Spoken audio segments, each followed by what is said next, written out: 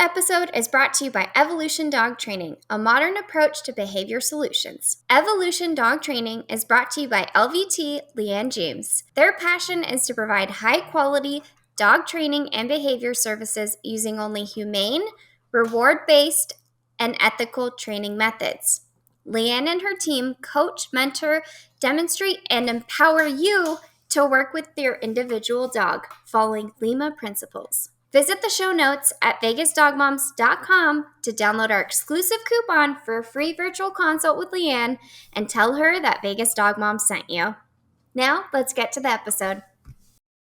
You're listening to the Vegas Dog Moms podcast. I'm Alexa, the Mindful Dog Mom. And I'm the dogtographer behind Pet Project by Jess. We are pet professionals obsessed with our dogs. Explore the life of a dog mom, where all breeds are welcome. Every episode, we will teach you new tricks and interview trustworthy experts who make pet lives better.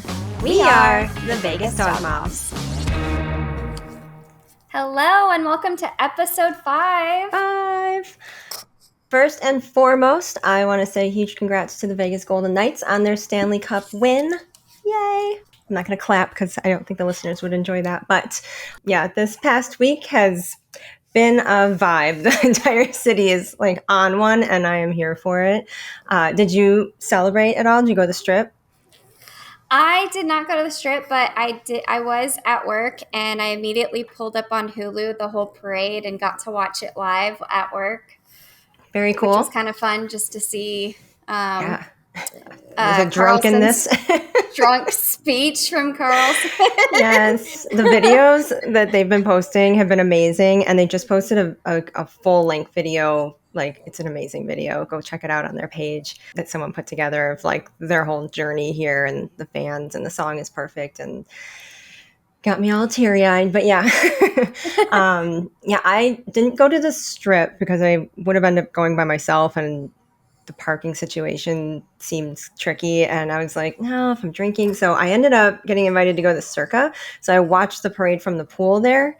And then we left and like to go out and hit up a bar. And we came back at like 11:30 and the Knights showed up at the Circa. So they were there. So I got like my own second parade right in front of my face, which was amazing. Totally not planned. We just like walked in and like the cops were like, hold up. And I was like, oh, and they just walked right on by. So that was really, really cool. It's like, Circa Sports, they're like affiliated. So yes, that was cool. And I got myself some merch at the Arsenal over at City National. Mike got a hat.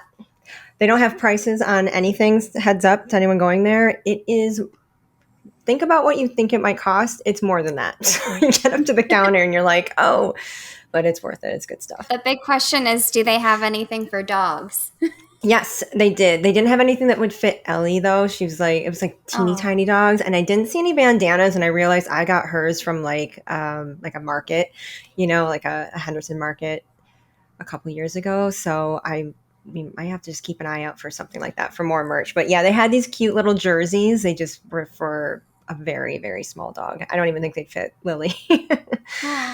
But they do have stuff. So I thought maybe online they'd have more sizes, but they do have dog things. So I would take a look. But other than that, all my shows have now ended. So there's no more Succession or Mrs. Maisel or Ted Lasso. Yellow Jackets is coming back, though, at least. But I did start a new show that you might be interested in. It is true crime, but like comedy. And it's not like gory. It's more funny, I guess, is the best way to put it. And it's about making a podcast. Oh, really? So, yeah, it's called Based on a True Story. And that's just the name of the podcast. The show is not based on a true story, but you might like it. I think it's on Hulu, but we're halfway through. There was a scene that just happened that I was not thrilled about, but it's been great so far. So I think if you have time between Gilmore Girls and whatever else you're watching, to maybe try an episode and see if you like it. Netflix alerted me over the weekend that they just released Suits, which is one of my old school favorite TV shows from USA. Okay. If anybody used to watch that TV channel, I don't even know if it still exists. and it's the actual TV show with Meghan Markle, the Duchess, I'm ex Duchess. familiar. So I've actually been watching that. Okay. I haven't seen it, but so it's going to be on Netflix. Yeah, so it just launched on Netflix, all the seasons with Meghan Markle. So I'm rewatching that right now. All right. Well, slip in one of this new show and let me know what you think. Yeah, no, I definitely will check that out though. Is there anything else new going on? I know we have a kind of a fun announcement. Yeah, so we are excited that on June 30th, we will be meeting up at Horse Trailer Hideout to kick off our summer at the horse trailer. Yeah. So we're going to be there all summer long. So every time we do a meetup, we'll be going to Horse Trailer Hideout. And they've reached out to us to partner with us on that. So it'll be a lot of fun. And there should be some drink specials going on for us. Yeah, So yeah, we'll give you more details as we have them all. But for sure, starting next Friday, the 30th, we yep, will be there. from 5 to 7. Yeah. And the cool thing about the location for anyone who's never been, like it's in the Arts District, which is super cute. You know, they've really added a lot of great stuff there. So it's a type of place where you can come by with or without your dog and, you know, even just to have a drink or just to say hi and then keep going. There's Able Bakers right next door. They're also dog friendly. You have Nevada Brew Works down the street. They're dog friendly. There's, there's so many things. The Velveteen Rabbit, Jammy Land, Makers and Finders, Good Pie. There's a ton of stuff that is, you know, Tacotarian. You can just literally walk all over there and find something to do. So like I said, if you don't even want to bring your dog but you want like a night out, just swing by. We'll be there from 5 to 7. Yeah. Yeah. And I'm excited because up and coming this week is the Paws Help Oh Partners. yes. They're having a dog party in honor of Dog Party Day. Yes, I didn't even know that was a thing, so I'm very excited to go. Yeah, there's gonna be food and drinks and prizes. I can't wait to see what Lily wins. Yeah, I'm gonna bring Ellie, and hopefully she doesn't have like PTSD. I'm thinking she's going back for dental surgery or something, but I think she'll be excited to see you and Lily again. Well, what I love about Paws Health Partners is every time Lily and I go, she's just so excited to be there in the room. It's super fear free for her. Once we get there and we have the doctors come in, then she calms down. She's like, "Oh, they're not going to be crazy here." So I think it's just walking in. She's like, "Wait, I know what this is. Like I know what you're doing, Mom. I'm on to you." She just thinks she's getting shots all the time. So she'll be pleasantly surprised when she gets treats. So I'm looking forward to it. So with that, what are we talking about today? So today we wanted to take the time to debunk popular dog myths. Awesome. Let's get into it. All right, so first up, I want to talk about the most important dog myth of them all, dental care. A huge myth out there is that kibble cleans teeth, and it does not. Because if you think about it, does your dentist ever say, "Hey, eat a biscuit every day and you'll clean your teeth"? No, No. they want you to brush your teeth. So it's really, really important to take the time to brush your dog's teeth. Now, if you have a pug like me who thinks that any sort of grooming is torture, I feel ya. That's where Dr. Judy Morgan's dental drops come in handy, or you can also use teeth water. And there are like little finger toothbrushes that you can get, like especially on Amazon. I love the Vet's Best little finger toothbrush, and that's a good thing to get used to. Is you just like give your dog a treat and then slowly work one tooth by one tooth and help get used to it.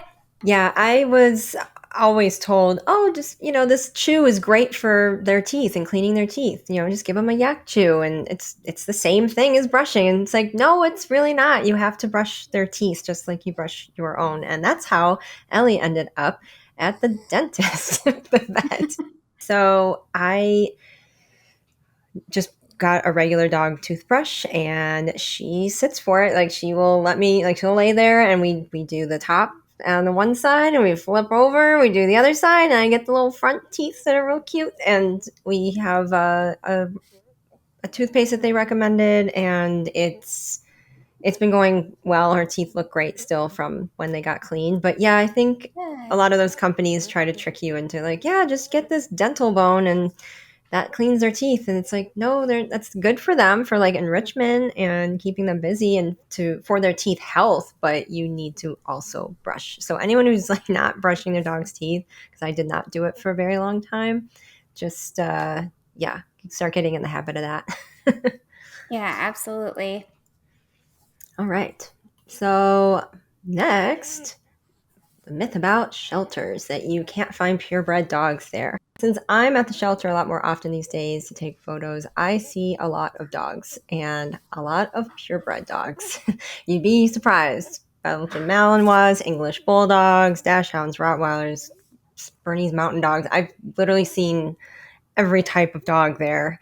And there's also rescues here that are specific to certain breeds, like the pugs, like there's places you can go if you have your heart set on a certain breed that you can go to, because there's just many ways to get a specific type of dog. Like, don't count out a shelter dog. And I think just in general, another myth about shelter dogs is that you won't have the same bond with them if it's not a puppy, or this dog will have issues if it's from a shelter. But that couldn't be farther from the truth, because a lot of dogs there are literally there by circumstance, meaning their owner passed away and no one in the family, wanted to take them or live nearby, or they moved and they're the type of people that are jerks and don't figure out a way to bring their pets with them.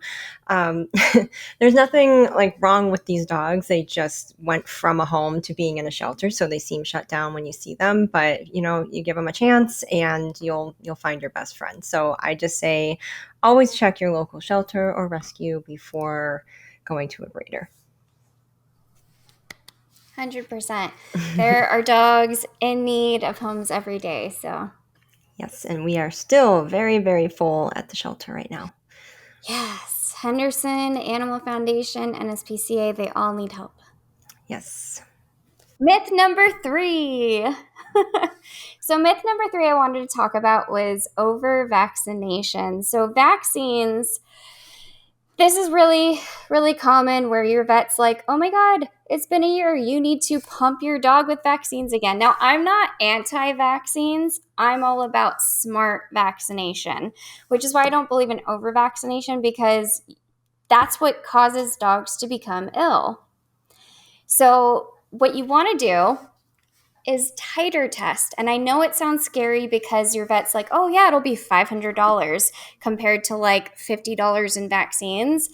But there isn't a way to do titer testing where it's not expensive. The only downfall is you have to pay your vet for the blood, and then you have to do the shipping yourself to where you send it off to Kansas State University. Is that the only place that takes it?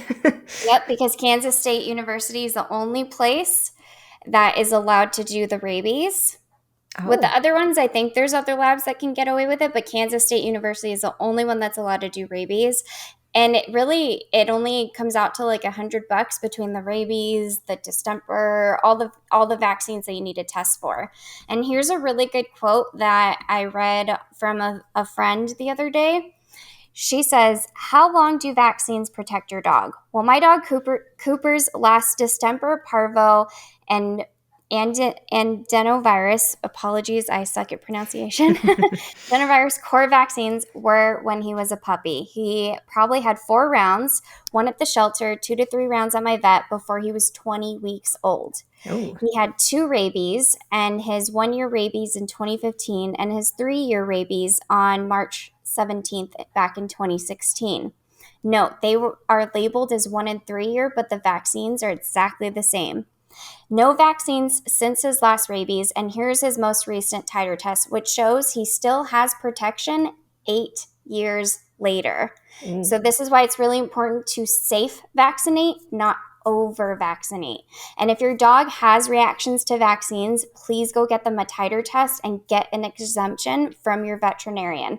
Do not just keep pumping them with vaccines. That's good to know. I think Ellie might be up for her rabies next year because she got the 3 year. I might ask for a titer test instead. I know Dr. Monaco mentioned maybe like after the age of 10, they definitely don't recommend continuing like constant vaccines. She'll be 8 this year, so maybe it might be time to just like run that test. But I didn't know you could do it cheaper like that. So I would just request it and say, "Hey, I want to do the titers test. Yeah. I'll ship it myself," and they'll just know, "Okay, here's your little vial of blood and you ship it." Yep, you can ask your veterinarian for the blood vial. Last I talked to Paws Health Partners, and I do apologize if I misunderstood them, but I believe it is $5 for a blood draw as an add-on to your visit. So if you're Already doing there, yeah. wellness checkup, it's a $5 add-on to your visit. Otherwise, if you just want to come in for the blood draw, I believe you still have to pay the exam fee. But you can absolutely get titer testing affordably through Kansas State University, and you can also use Dr. Lori Koger, who's actually a vaccine advocate, and she has like a protocol of when you first get a dog of the routine to follow, because you don't want to pump them all with the same vaccine at the one time. You want to do it in every Yeah, couple of spread them weeks. out. Yeah, for It's sure. very, very important to spread them out. So she's got on her Healthy Dog Workshop website a whole like list of how to do that. And then you can also order the titer test through her. And there's also Dr. John Robb. He is a vaccine advocate as well. You can also do titer testing through him as well. So for the titer testing with Dr. Lori Koger, the pricing is $65 for a DAP, $95 for rabies, and then if you want both of them together, it's $150. So see, that's very, very affordable. After every vaccination, a really good supplement that you can use is Rebalancer by Adored Beast. It's going to, as it says, rebalance your dog and help detox the negative effects from the vaccine, but keep the good effects. Yeah, I like that. And we'll put all of that info in the show notes so you can check it out for yourself. But yeah, I like that there's those options now. I think more people have been hearing more and more about doing titer testing lately because of that. But I know there's also places that, require updated shot records. I just had to give mine to the groomer and let them know, hey, here's everything. But the titer test will kind of exempt you from that because it'll show that they're protected. So that's cool. And anything that we got wrong, we'll just add it to the poop bag for next time. Cool. That's great that we have some Yeah. options. All right. Myth number 4, socialization. So I think people hear this and equate it to people, thinking, oh, socialization. So my dog has to meet as many other people and dogs as possible. It's not exactly. Socialization also means getting your dog used to the sights and sounds and smells around them to learn to be comfortable in their surroundings. And it's, taking them outside and observing the world without a reaction, basically. So it could be taking your pup to a patio at a brewery and just keeping them nearby and they can see what's going on. It could be switching up their walk and just doing new places. It could be going to a park and not going for a walk, but kind of hanging out, on a blanket and just observing everything. There could be other animals there. There could be birds. There could be kids playing, like all of that, and having them not react or to respond to you. And you can just reward them for not reacting and focusing on you. So all of that helps. It doesn't quite mean like go take them to a dog park to be bombarded with 100 different dogs and having them like smell them and be all up in their face. Like that could go wrong really quickly if your dog isn't used to that. But also knowing your dog's personality and their behaviors and picking up on them helps too, because genetically all dogs are wired differently, but each dog has their own personality as well. So if you have kind of a shy dog, I wouldn't just bring them to a dog park and say, here, socialize. They might need things to go a little slower because, a golden retriever and an Akita are going to be very different in how you socialize them around people and dogs, because one tends to be on the friendlier side and sociable, and one likes to be more protective and reserved with their owners. So just be smart about socializing your pet when you hear that word, whether they're a puppy or an adult. And no dog is like too old to be socialized. You can take out an adult dog and just, if you want to be able to bring them to more places without reacting and to be calm, start taking them to your favorite places that allow dogs and just work with them. Keep them focused on you because some dogs are reactive, and you have to be able to pick up on that and train them. So, so yeah, don't assume socializing means all the dogs. Yeah. And I mean, for example, my Lily over here, it has small dog syndrome. I cannot have her around any large breed because if I have her around a German Shepherd, she thinks that she's going to eat the German Shepherd, not that the German Shepherd's going to eat her. So Mm-hmm. it's really important to follow what your dog needs. Yes. And to set them up for success. Don't put them in a situation where they could have a reaction and you'll have a problem on your hands. So, Yeah. And you can learn more about them on the Dog Lovers Directory. All right. So last but not least, myth number 5 is raw food diets. And of course, I love raw food. It has changed my dog's life, and I don't believe it's dangerous. Why? Because how else would Dixon have survived? He is thriving instead of surviving now. And really, what it comes down to with raw food is handling. You want to wear gloves if possible, wash your hands, disinfect, pay attention to when you're thawing the food. Even what works for me is when I buy the food, I meal prep it for the entire week. And then I keep a couple days in the fridge at a time, and that's what's thawing because it's thawing in the fridge where it's safe, it's cold, it's not going to grow any bacteria. And then when I serve it, it's within 10 minutes after being out of the fridge. I'll let it warm up to room temperature and then I serve it. And if they don't eat, not that my dogs wouldn't finish it, but if for some reason my dogs don't finish it, then I'm going to put it back in the fridge. So when it comes to raw food, it's not dangerous. You want to make sure that the sourcing is proper, but don't be scared to feed raw food. The only reason you don't want to feed raw food is because it doesn't work for your dog. Because every dog is individual. Raw food is not going to work for every single dog. Some dogs need cooked. Some dogs need freeze-dried. And some dogs do need kibble because that is what's comfortable with them. But never force it and never be scared to feed it. we currently have a raw topper that I thaw in the fridge and then I add it to Ellie's food along with some broth. So it's kind of a little extra treat for her.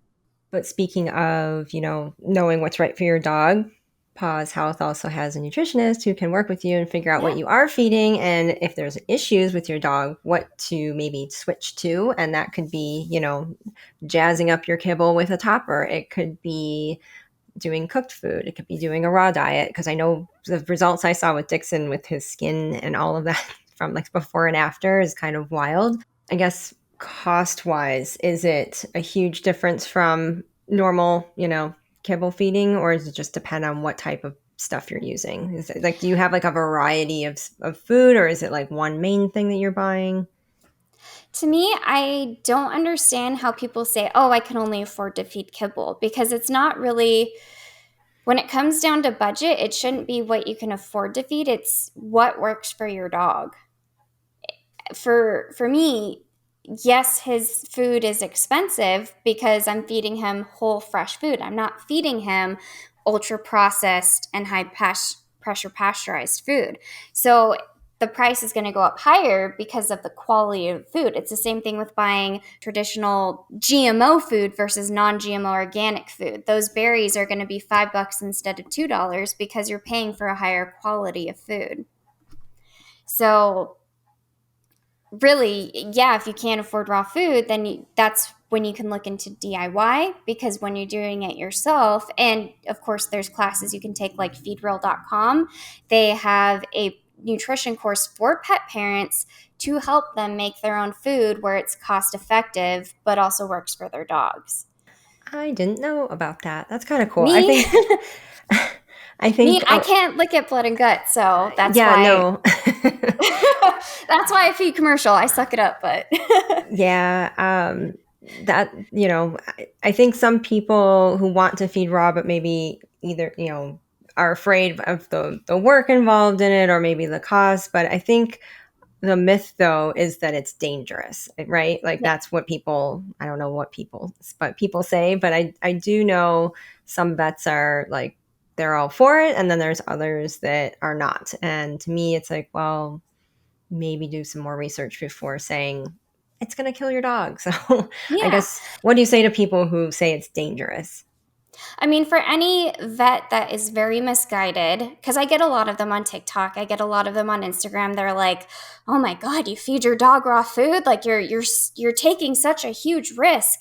And I've even had, a couple clients go, "No, I'm a chef. That's my day job, or I'm a baker, and I was taught in culinary school that raw food is so dangerous." And it's like, well, if you're not comfortable with it, you're not comfortable with it. But ultimately, it comes down to what works for your dog and the sourcing and the handling, and how is your dog digesting the food. That's really what it comes down to. Right. So I guess the danger is more in you handling it. It's like Yeah. user error, Yeah. not so much You the food user itself. error. And that's the thing too, is dogs that are puppies, yes, their food has to be in complete and balance because they're growing. It's the same thing as a baby. You can't just give them, a fruit packet and call it a day. They need their meat, they need their veggies, they need their fruits. But with adult dogs, it's what is balance? It's the same thing for us. What is balance? Are we actually balancing our food every day? Are we actually eating the proper fruits and veggies and meats? So really, it just comes down to making sure that, yes, there's vitamins and minerals and all of that in there, but they don't have to be synthetic. It's just, this is why it's important to read the ingredients, see that there's organ meat, and that there's a little bit of bone for calcium, and that it really comes it just drives me nuts that veterinarians are like, oh, it's so dangerous and it's not safe for you. How are you misguided in school? What? How is it not safe? If I'm sure if it wasn't safe, how would Dixon be 16 years old today? Because kibble is what nearly killed him. So I think it could also be people who have been in the field for a long time and don't update or continue their education throughout the yeah. years because maybe things have changed since they were in school, but also just the benefits of raw food in general for dogs and just upgraded food for them or people food like fruits and vegetables. Like your dog can have, like, one of Ellie's favorite snacks is carrots, like when if I'm having like carrot sticks, like she gets some too. Blueberries, she loves bananas. She doesn't like strawberries. I learned that this week. But I try to feed her just like stuff that I'm eating fresh. Like she gets a lot of that stuff. But I think raw food wise, I think there's just a lot of mystery behind, whether it's good or not. But I've seen from Dixon how well it can work. But again, not every dog should be on Yeah. it. But Not if every, it works for you, great. yeah, absolutely. And just know that raw food, to the veterinarians that may be listening to this, raw food is not a trend. It's Every dog is individual, and you have to do what's best and feed the dog that's in front of you. Well said. All right. And that wraps up our myths. Yay! All right, so for the treat bag, we have a question. Yay. We have a question from Joe. Hi, I was wondering if you trusted any of the ingredients from Dandylion, which is a product as seen on TikTok. Mm-hmm. It is a plant-based dog cleaner, very similar to Sleepy Cotton, Mm-hmm. that is powered by plant ingredients for soothing, hydrating, and antibacterial benefits. Has aloe vera juice, pomegranate extract, and grapeseed oil. I have not tried Dandelion myself, but I have seen this on TikTok, and it is a product that if I had the opportunity to buy, I would, and I would use it on Lily. Is this kind of like the sleepy cotton gel where it like wipes on and like you don't have to clean it off, or is this the one where it goes on a little scrubby brush? So what's cute about it is it comes with the, try and pull up the best picture here. And I like that they have like reusable bottles, so you're Oh, being yeah. very eco-friendly. But it's Okay. got like a little flower brush, Mm-hmm. and then you pump it out, And that kind can of like really waterless get in there. shampoo. And then you use the brush to scrub the paw, and then you can wipe the paw down like sleepy cotton, and then Right. you've got fresh paws. Well, I think this would be a great product for us to try before our listeners buy, and we can give you a little demo. So yeah, Dandelion, we will definitely look into using this product ourselves. But I definitely approve it, and don't be scared to buy it. I don't see any issues with it, and it does look like it's veterinarian approved and set up to soothe itchy and irritated and sensitive skin. Yeah, it definitely sounds like something I would buy once my sleepy cotton, runs out. Although it'll be a minute, but I would still just try it anyways, just because it looks cool. I like that there's a little scrubby brush because it's probably doing more like a better job than me wiping her paw pads, because she's white paws, so they get like walking her on the blacktop when we like leave our walks. She has to cross the street, and it's just on there. It's like embedded in her paws. It's just black. So that would be very helpful. But yeah, I think that would be a cool product for us to try for sure. We'll add it to the list. And I don't think we have a poop bag this week. Yeah, no poop bag. So there's nothing to clean up. Surprisingly, we have nothing to fix. So we know we have the event this Wednesday that by the time the listeners hear this would have been last Wednesday. So we'll talk about it on the next episode. For everyone listening, we'll talk about the Paws Health Partners Party. But we have just the one event coming up right now, and that is Horse Trailer Hideout next Friday, June 30th from 5 to 7 p.m. And we'll have a sign this time. And we will be there having a beer and enjoying the AC inside with our dogs. Very much looking forward to that. I had a great time last time, so it'll be good. Yep, it'll be fun, especially with the drink specials, and we just really hope to see you there. Yeah. So check out the show notes for all the info that we talked about today, and thank you for listening, and have a great rest of your week. But just don't forget, tell your dog we said hi. Thank you so much for listening to this episode of the Vegas Dog Moms podcast. If you liked the episode, please leave us a review and be sure to tell all of your pet parent friends about us. This is a Mindful Dog Mom production produced with Pet Projects by Jess. The content of the show is for educational purposes only. It is not a substitute for professional medical care and advice. Please consult with your veterinarian before making any changes to your pet's health based on the topics we discussed today. Did you know you can leave us a voice message with questions and support us on Spotify? If you want to inquire about being a guest or ask a question, please email hello@vegasdogmoms.com. Follow our adventures on Instagram and TikTok by using @VegasDogMoms plus @PetProject by Jess. And you can always visit our website for more details about our show. You can find us on Spotify, Apple, Amazon, YouTube, or wherever you get your podcasts.